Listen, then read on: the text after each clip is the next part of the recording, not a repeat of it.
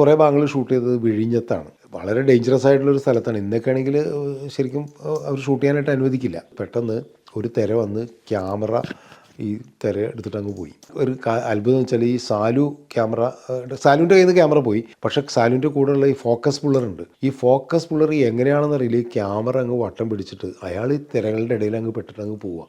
ഞങ്ങളെല്ലാവരും ഭയങ്കരമായിട്ട് സ്ക്രീം ചെയ്യുക. അപ്പോൾ യൂണിറ്റിലുള്ള 2-3 പേര് കടലിലേക്ക് എടുത്ത് ചാടി, പിന്നെ നാട്ടുകാരെടുത്ത് ചാടിയിട്ട് ഈ ഫോക്കസ് പുള്ളറെ എങ്ങനെയൊക്കെയോ പിടിച്ചു വലിച്ചു കൊണ്ടുവന്നു.